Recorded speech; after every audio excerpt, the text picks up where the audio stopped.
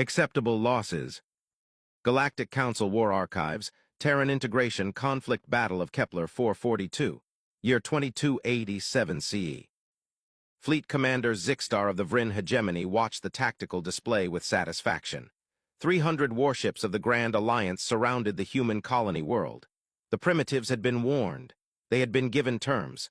They had refused. Now they would learn. Analysis of human defensive capabilities. Zixtar clicked his mandibles. Minimal, Commander, his tactical officer reported.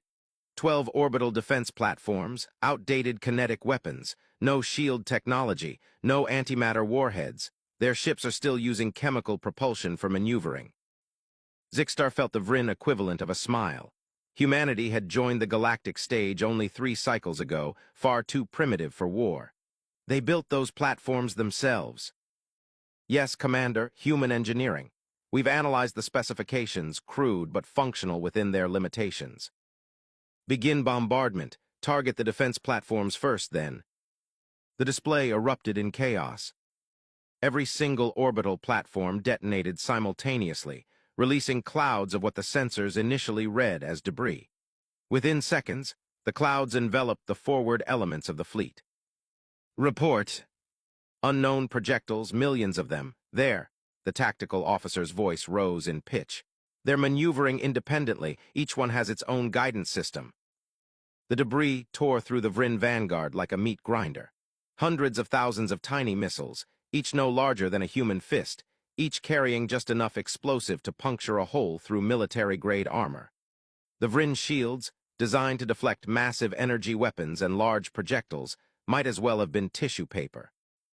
17 heavy cruisers went dark in the first minute.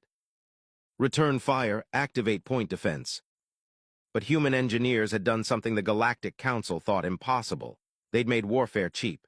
Each micromissile cost less than a single meal to produce. The Vryn point defense lasers could destroy them, certainly, but there were so many.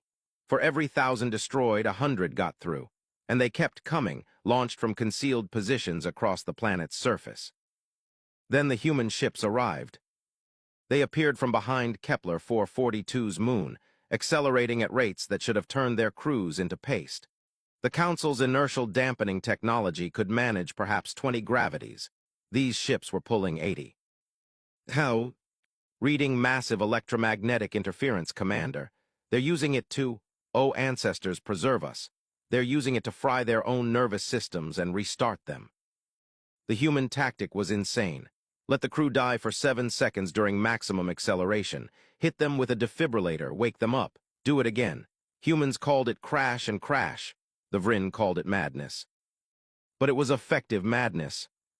The human ships, little more than engines with guns welded to them, screamed through the Vryn formation at impossible speeds.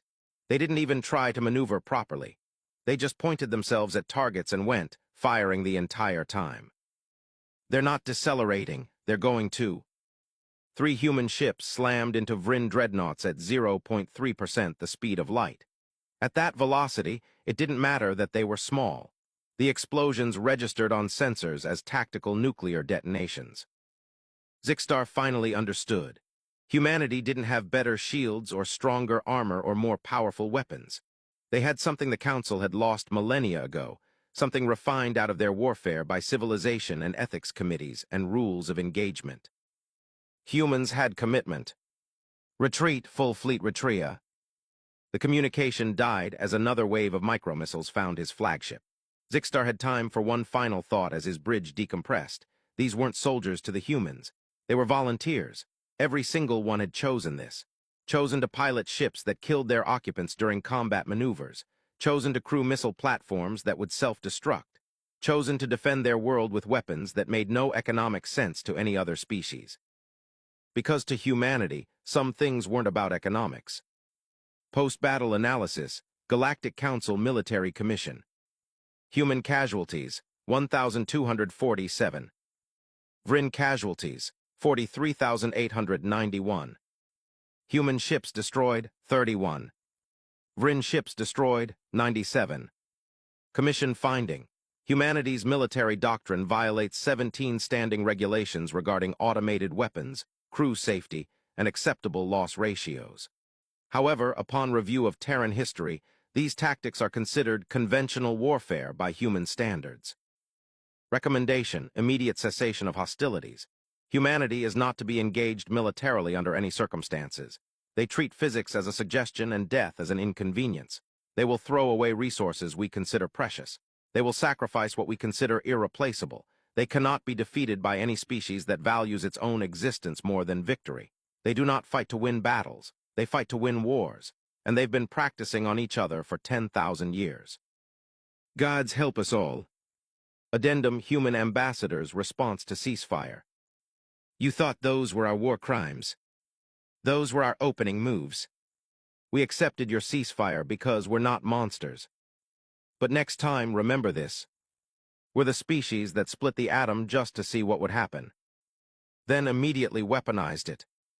We're the species that went to space on controlled explosions. We looked at every law of physics and asked, how do we make this hurt someone? You want to know what humanity brings to the galaxy? We bring 10,000 years of making war an art form. We bring the knowledge that anything can be a weapon if you're creative enough. We bring the understanding that the only thing more dangerous than a human with a weapon is a human with a budget, a deadline, and a grudge. So yes, we accept your ceasefire. We're happy to be friends. But understand this, we didn't join the galaxy to conquer it. We joined to protect what's ours. And we're very good at protection. Sleep well, Council members. Earth sends its regards.